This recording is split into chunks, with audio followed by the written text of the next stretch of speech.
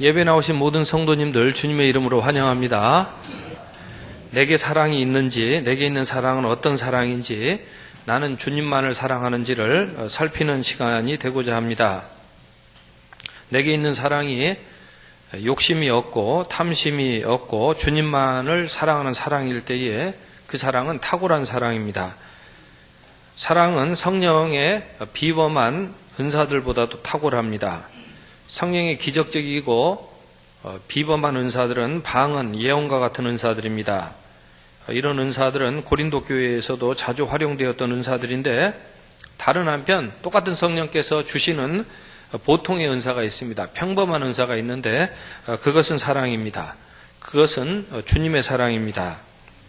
당시 사람들은 기적을 추구했던 것 같습니다. 민수기 11장에 보면은 모세가 하나님의 백성들이 다 예언자가 되기를 원한다 하고 간구했던 말씀이 있습니다. 민수기 11장에 그런 사건의 맥락은 이러합니다. 이스라엘 백성들이 하나님께서 광야로 구출해 주셨는데 그곳에서 먹을 것이 없다고 불평을 합니다. 고기를 못 먹는다는 것입니다. 그래서 하나님께서는 고기를 먹게 해주시겠다라고 이렇게 이 모세에게 말씀을 주십니다. 근데 모세조차도 하나님 이 많은 사람 고기를 먹이려면은 여기 있는 소를 잡고 여기 있는 양을 다 잡아도 부족할 텐데 어디서 고기를 다 대가지고 이 사람이 먹게 할 수 있겠습니까? 그렇게 반문을 하는데 하나님께서 내 손이 짧은 걸 네가 그렇게 생각하느냐? 내가 말하는 것이 응하는 것을 내가 보게 되리라고 이렇게 말씀을 하십니다. 그런데 그때 하나님께서는 모세에게 너 혼자 말하지 말고 이스라엘의 장로 70인을 다 불러 모아라. 장막에 불러 모아라. 내가 그들에게 성령을 임하게 하겠다. 그래서 그들도 예언을 하게 하겠다라고 그렇게 말씀을 하십니다. 아마도 하나님이 보시기에는 모세 혼자 말을 해서 백성을 설득할 상황이 아니었던 것 같습니다. 모세 혼자 아무리 내가 하나님의 말씀을 받았다고 이렇게 외친다고 한들 이미 불평하는 말들이 너무 퍼져나가 있었기 때문에 설득하기가 어려운 그런 상황이었던 것 같습니다. 그래서 하나님께서는 장로님들 70분을 다 불러 모으게 했습니다. 그리고 약속대로 하나님께서는 구름 가운데 강림하시고 그들이 모였을 때에 모세에게 임한 성령을 70 장로님에게도 임하게 하셨다. 그게 민수기 11장 25절의 말씀입니다. 그래서 이어지는 말씀이 이렇게 기록하고 있는데, 영이 임하신 때에 그들이 예언을 하다가 다시 하지 아니하였더라. 이렇게 말씀하고 있습니다. 그러니까 하나님께서는 모세 혼자 예언의 말씀을 받아 전하는 것이 역부족이라고 생각하시고 장로님들 70분을 장막에 모아놓고 같은 성령으로 예언의 영, 성령이 예언의 영이 되셔가지고 그분들도 다 예언을 하게 하셨습니다. 그런데 이분들은 한시적으로만 예언을 했습니다. 그 짧은 기간 동안 예언을 하면서 아마 백성들을 설득했을 것입니다. 너희들 불평하지 말아라. 다시 애굽의 생활을 동경하지 말아라. 하나님께서 이곳에서도 고기로 먹여주실 것이니까 너희는 하나님을 의뢰하라고 그렇게 말씀하고 한시적으로만 그 사역을 하고 그쳤습니다.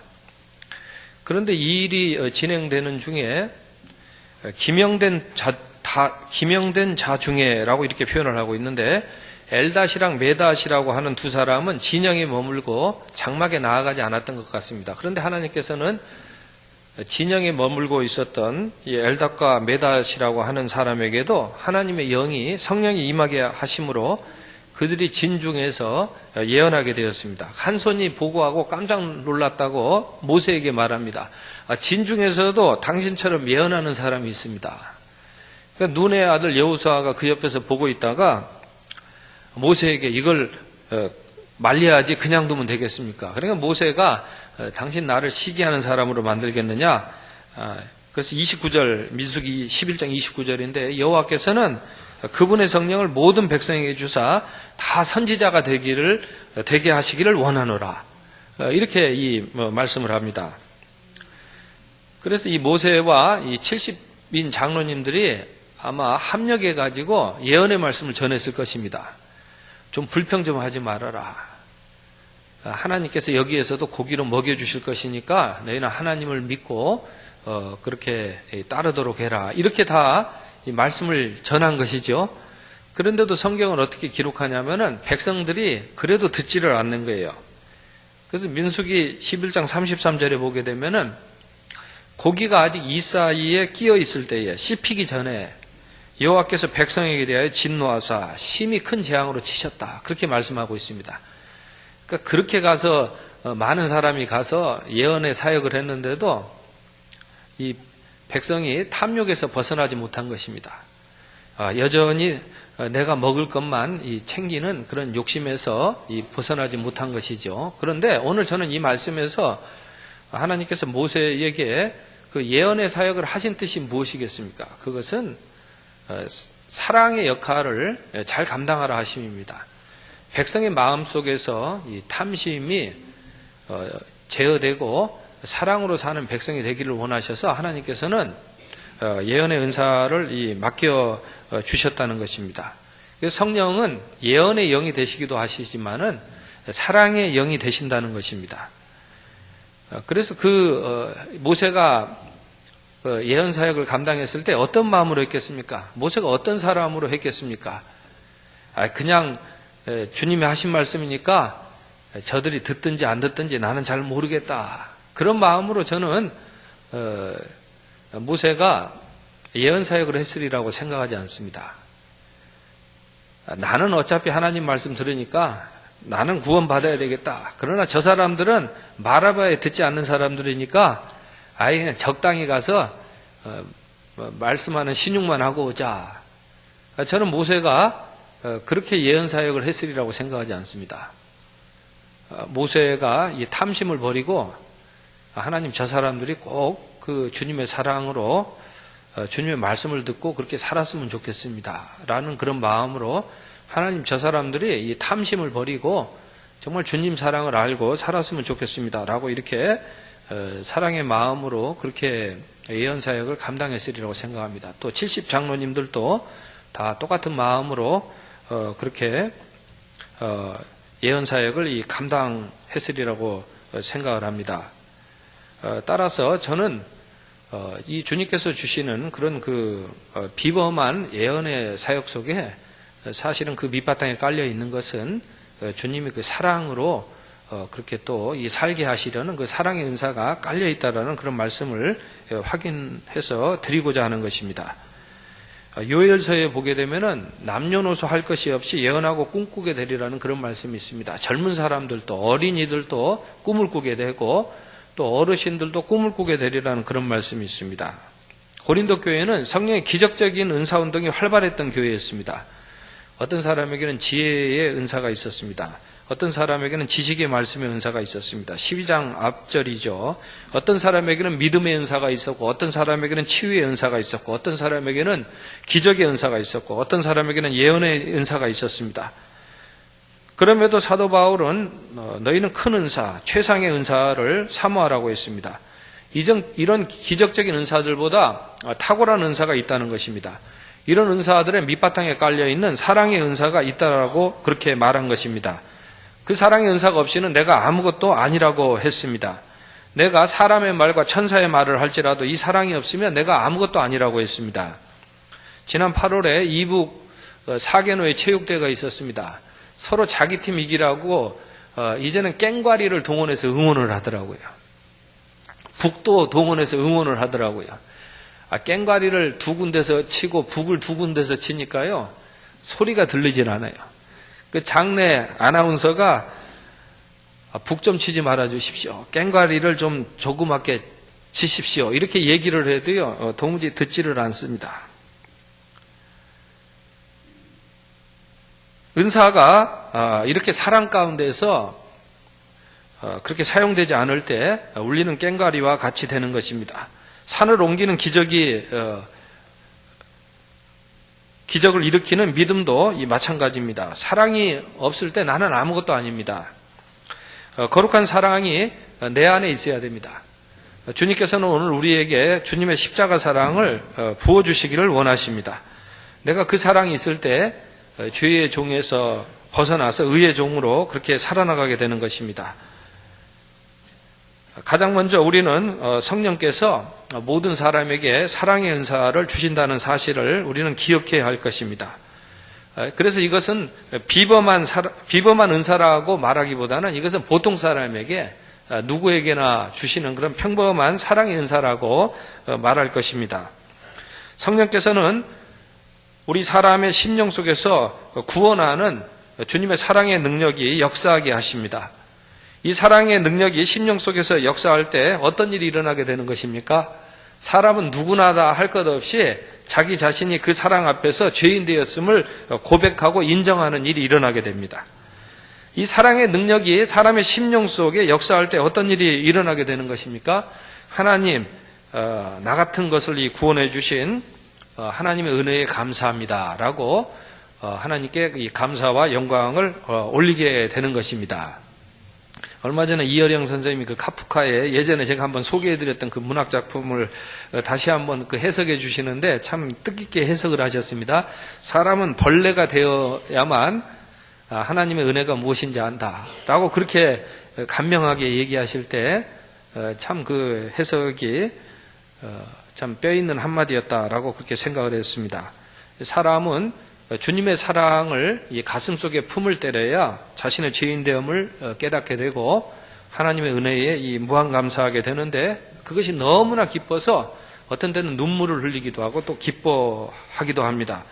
그런데 이 사랑의 은사는 얼마나 이 탁월하고 대단하냐면은 일순간에 끝나는 그런 사랑과 은혜가 아니라는 것입니다. 계속해서 죄의 이 고백과 회심을 계속해서 일으켜내는 그런 능력이 됩니다.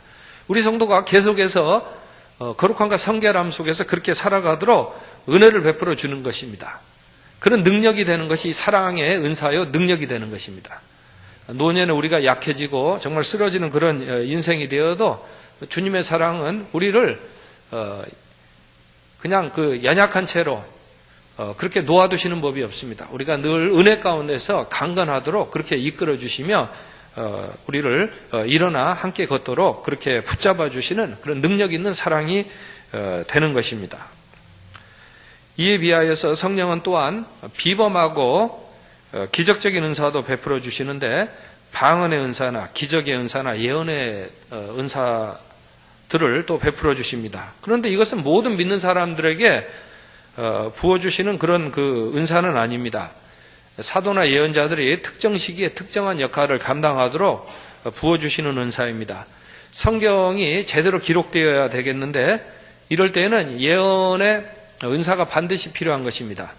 하나님의 말씀을 잘 들어야 되고 잘 전달해야 되니까 그렇게 해서 잘 기록해야 되니까 우리 성도님 중에는 성경 말씀을 잘 필사하시는 성도님도 계시는데 하나님의 말씀을 가감 없이 잘 적어서 성경으로 만들어야 되니까 그때 하나님께서는 예언의 은사를 허락하여 주셨습니다. 또한 이 초대교회가 당시에는 문명이었습니다.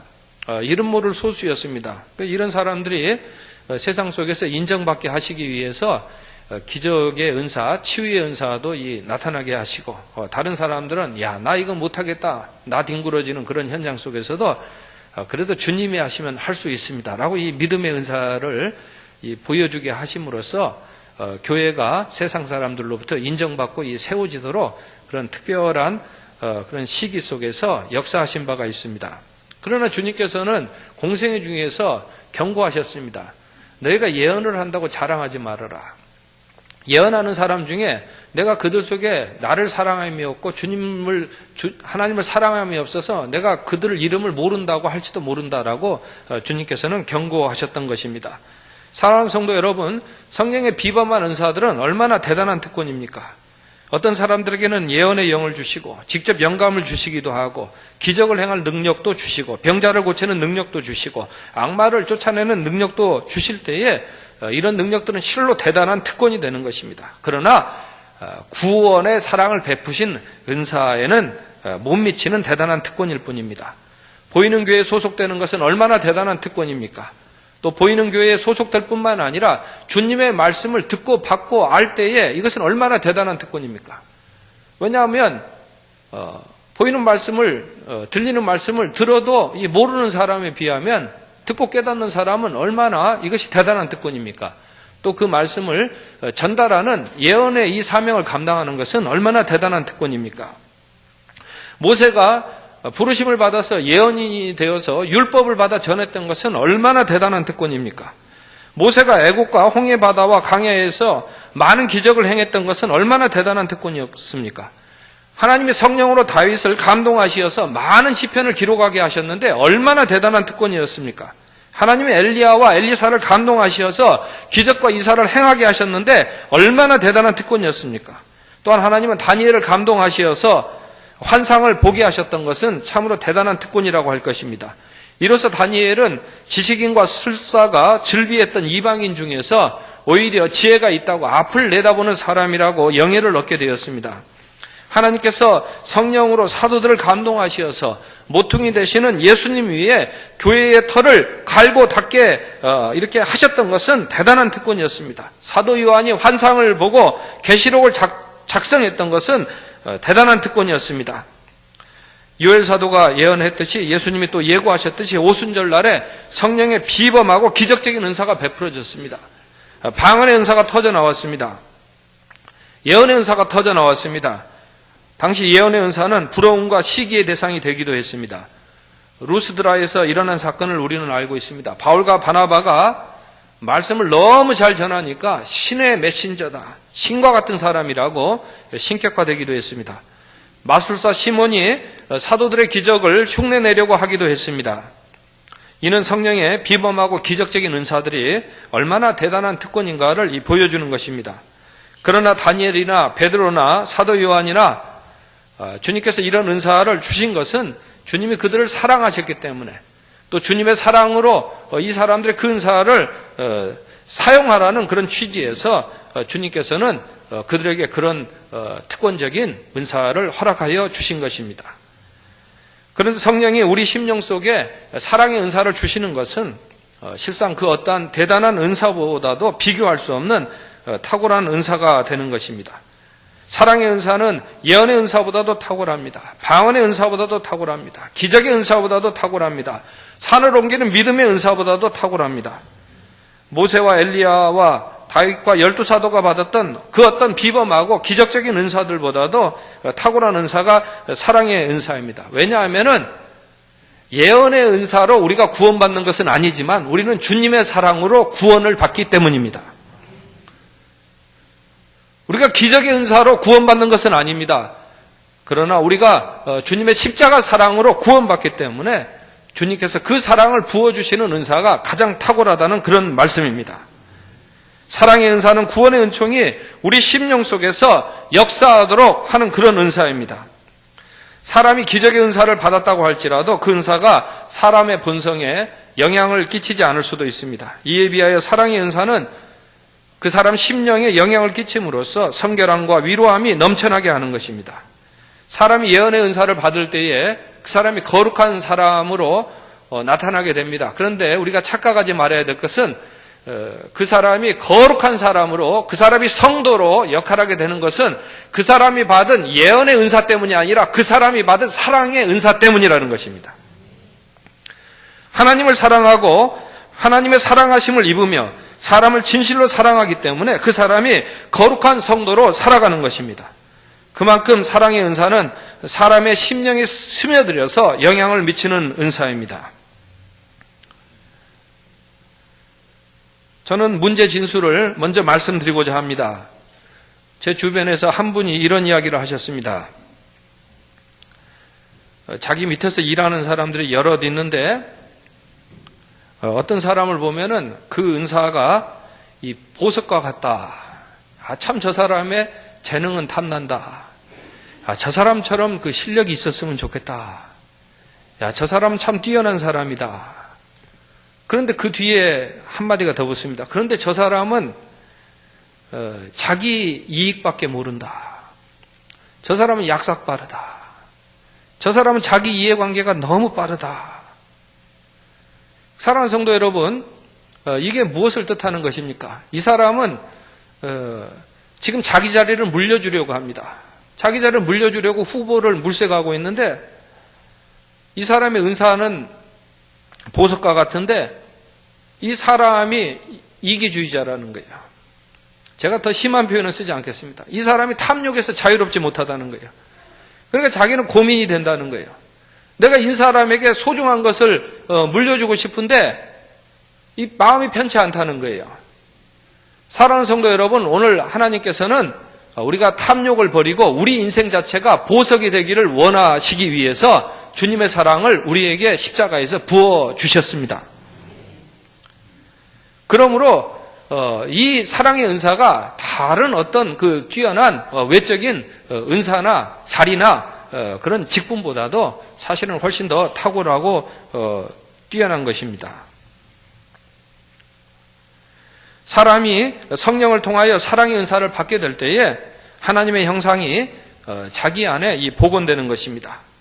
이는 기적의 은사를 통해서 이루어지는 것보다 훨씬 더 선명하고 확실하게 이루어지는 것입니다.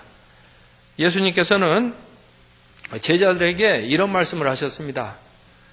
너희는 내가 한 일보다 더 큰 일을 하게 되리라. 요한복음 14장 12절에서 그런 말씀을 하셨습니다. 도대체 주님이 무슨 뜻에서 이런 말씀을 하신 것입니까? 저는 기적의 관점에서 어떤 은사의 탁월함, 재능의 탁월함의 이런 시각에서 예수님께서 하신 말씀이 아니라고 저는 그렇게 생각을 합니다. 저는 예수님께서 사랑에 관해서 말씀하셨다고 그렇게 생각을 합니다. 제자들이 앞으로 살아갈 때에 외적인 기적의 현란함, 또 자기 재능의 탁월함에 그것을 자랑으로 삼는 것이 아니라 어떤 직분의 위대함 속에서 그렇게 살아나가는 것이 아니라 또 자기 역량의 그런 멋지게 퍼포먼스 하는 것에서 그것을 자랑으로 여기며 살아나가는 것이 아니라 오직 그 사랑의 은혜로 살라라고 주님께서는 그런 말씀을 하여 주셨다라고 그렇게 생각을 해 보았습니다. 주님께서는 얼마나 겸손하고 베푸시고 도와주시기를 좋아하시는지를 보여주시는 말씀이라고 생각합니다. 왜 그러냐면 주님께서는 은사가 뛰어나신 주님이십니다. 주님께서는 치유의 기적도 행하시는 주님이십니다. 주님은 예언의 말씀, 지식의 말씀, 이런 그 은사들은 주님께서 다 능통하신 바입니다. 어느 누구도 그 앞에서 내가 주님보다 지식이 많다라고, 내가 지혜가 많다라고 주장할 수 없을 것입니다.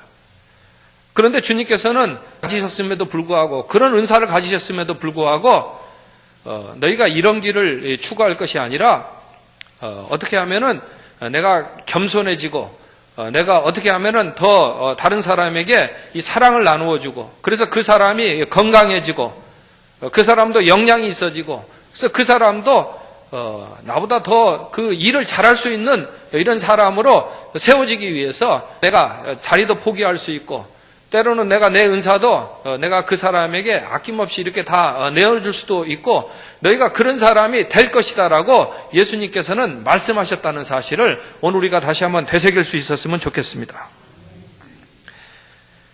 그래서 예수님께서는 세상에서 왕 한 번 돼보신 적이 없습니다. 예수님께서는 우리가 늘 말하듯이 세상에서 어떤 그 장짜리 한번 제대로 해보신 적이 없습니다. 예수님께서 얼마든지 그런 일을 하실 수 있음에도 불구하고 예수님께서는 우리의 관심이 그런 쪽으로 먼저 현혹되도록 우리를 그렇게 끌어가신 적이 없으셨다는 사실입니다. 오직 예수님께서는 십자가를 통하여 주님의 일을 잘 감당하고 주님께서 친히 주님의 영광 중에 이르게 하시는 십자가와 부활의 길을 우리에게 계시해 주셨다는 사실을 우리 성도님들은 반드시 기억해야 되는 것입니다. 그러므로 사람은 무엇보다도 그 사랑의 은사를 받음으로써 주님의 사랑의 길을 따르게 되고 사랑의 주님을 닮아가게 되는 것입니다. 부모가 자녀를 사랑할 때에 자녀가 어떤 재능이 있어서 무언가를 성취했을 때 자녀를 사랑하는 것입니까? 아니면은 부모가 자녀 그 자체를 사랑하는 것입니까? 저는 엉터리 같은 부모가 아니라면 부모는 자녀를 사랑하는 것이지 부모가 자녀의 재능이나 장기를 먼저 사랑하는 것은 아니라고 그렇게 생각을 합니다. 주님께서는 오늘도 우리 믿는 성도가 하나님의 자녀로 되어서 하나님의 그 사랑으로 살기를 원하시는 것입니다. 그런 성도는 어떤 경우에 있어서도 배신하는 법이 없습니다. 배교의 길을 걸어나가지 않습니다. 그러나 재능이 있으나 주님의 사랑의 은사를 경홀히 여기고 소홀히 여기고 주님의 사랑의 은사를 무시했던 사람들은 어김없이 그 뛰어난 은사와 자랑거리에도 불구하고 배교의 길에 빠져들었던 것을 보게 됩니다. 발람이 그러했습니다. 사울도 그러했습니다. 유다도 그러했습니다. 따라서 오늘 우리는 각별한 사랑받는 이 자녀를 확증하는 주님의 사랑을 다시 한번 우리가 고대하고 이 은혜 받기를 오늘 또 소원하며 우리가 예배를 드리고 있는 것입니다. 요즘 직장에서 보게 되면 어떤 사람을 뽑습니까? 자기들에게 이 필요한 사람을 뽑습니다. 그러다 보니까 이 기술이 많이 필요한 것 같습니다. 기술이 있는 사람을 아무래도 선호합니다. 그런데 실제로 이 직장 들어가기가 하늘의 별따기입니다. 너무나 어렵습니다. 일자리가 도무지 나지를 않습니다. 그래서 어떤 사람들은 제가 한 분을 만났는데 자녀를 둘 다 의대에 보냈어요. 한 분은 한 곳은 어느 의대, 또 한 분은 의대에 보냈어요. 그러니까 그 자녀가 그렇더래요. 나는 어떤 직장에 갈 것인가는 고민 안 하고 살아서 좋다. 내가 인생에 고민해야 될 것은 무엇인가, 그런 얘기를 나름대로 행복한 고민이겠지만은 나는 먹고 살기 위해 무엇을 할 것인가 하는 그런 하여튼 직장 걱정거리는 안 하고 하여튼 공부를 하고 있다. 그런 얘기를 했다고 해요. 아마 이 많은 부모들의 그런 이 드림, 꿈이 될 수도 있을 것입니다. 그러나 오늘 우리는 정말 시간이 지나가도 꼭 필요한 그런 기술이 있어야 되겠지만 왜 우리가 이렇게 직장을 구하기 어려워졌는가 하는 것을 다시 생각해 볼 때 이것이 사랑의 문제라는 것을 다시 한번 살펴볼 수가 있습니다. 왜냐하면 사람들이 내 자식이 잘 돼야 된다. 또 내 자식이 하여튼 고생해서는 안 된다. 하여튼 이런 생각들이 많이 팽배해 있는 것 같습니다. 그러다 보니까 자식을 낳기가 참 힘들어졌습니다. 자식을 낳고 내가 어떻게 제대로 키울 수 있을까? 그러니 이 자식을 낳지를 않습니다. 자식을 낳지 않으니까 죄다 반토막이 됩니다. 학교도 반토막이 됩니다. 기업도 어쩔 수가 없습니다. 그 영향을 나중에 받아서 반토막이 될 수밖에 없습니다. 물건이 유통이 되려면 사람이 있어야죠. 저는 경제에 대해서 잘 알지 못합니다.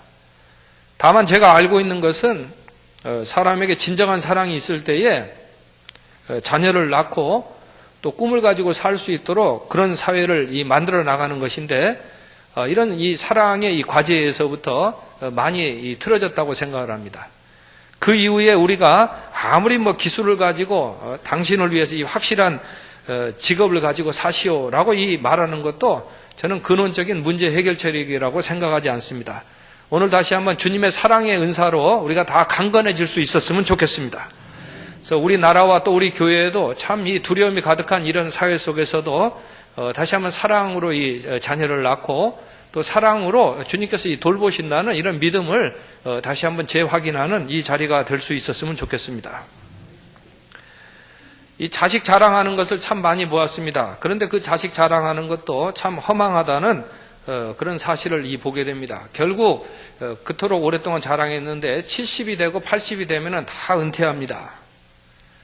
그 은퇴하고 나면은 그런 그 은사나 그 자리 자랑은 다 옛날 일이 되고 맙니다.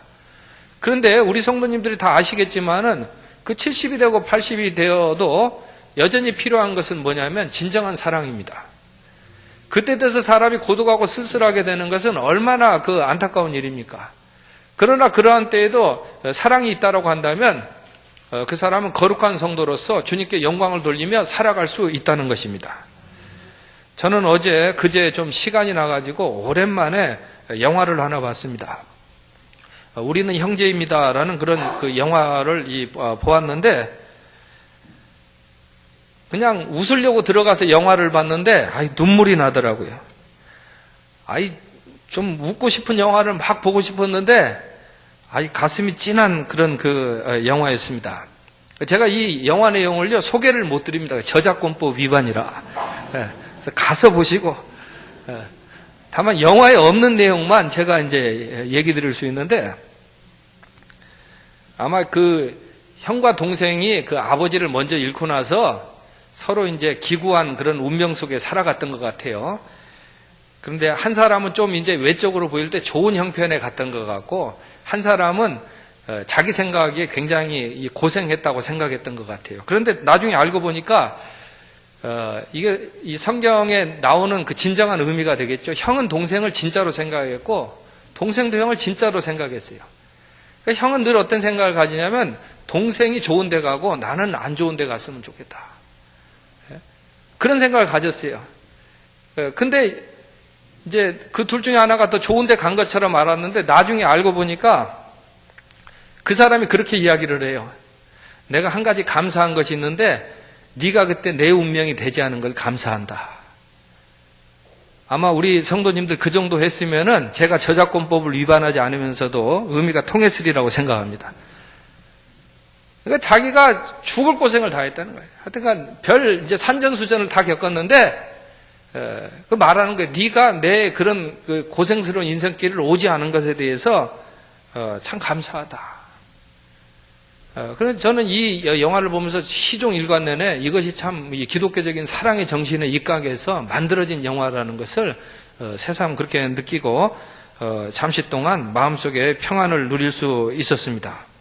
사랑하는 성도 여러분, 다른 그 헛된 은사를 가지고 막 폼을 잡고 그렇게 했는데 귀신 하나 이겨내지 못했던 것을 잘 알고 계실 겁니다. 그러나 사랑의 은사가 있을 때에는 귀신도 이겨내고 죄악도 이겨내는 것입니다. 그래서 오늘 우리 천성의 성도님들 중에 다시 한번 이런 사랑의 은사가 넘쳐나게 돼서 배교도 맡게 되고 정말 본이 되는 교회로 그렇게 다시 우리가 우뚝 일어서서 주님의 영광을 나타낼 수 있었으면 좋겠습니다. 다윗은 도피 시절에 다른 것 구하지 않았습니다.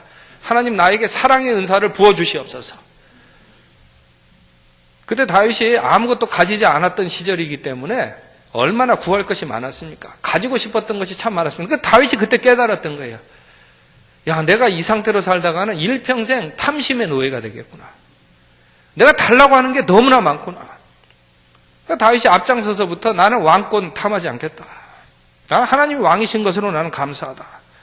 그래서 다윗이 뭐라고 기도하냐면 하나님, 사탄이 쳐놓은 원수 마귀들이 쳐놓은 대적들이 쳐놓은 탐심의 올무, 탐심의 그물에 내가 빠져들지 않게 하시옵소서. 그렇게 기도했을 때 하나님께서는 다윗을 사랑으로 보존하여 주셨다는 것입니다. 고린도 교회가 이런 헛된 은사, 물론 그 비범한 은사들로는 그것이 헛되게 되어서 시끄러울 수 있었겠지만은 사랑의 은사로 이제 잠잠해질 것을 바라보면서 사도 바울은 이 사랑의 서신서를 써내려 갔던 것입니다. 사랑하는 성도 여러분, 무엇보다 이 사랑의 은사가 탁월한 까닭이 있습니다.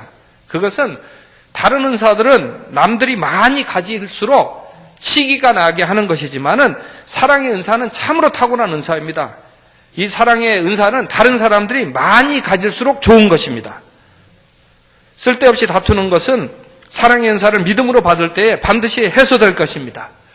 오늘 직분의 은사보다 성도 사랑의 은사를 우리가 사모해야 되겠습니다. 기도하겠습니다. 사랑의 아버지 하나님, 십자가 사랑으로 우리를 구원하여 주셔서 모든 성도가 다 주님의 사랑받는 자녀가 되게 하여 주셨으니 감사를 드립니다. 아멘. 하나님, 직분마저도 탐하지 않게 하시고 먼저 사랑으로 살 때에 우리에게 주어진 인생의 본분을 아름답게 주님 따르면서 펼쳐 보이게 하시옵소서. 아멘. 예수님의 이름으로 기도합니다. 아멘.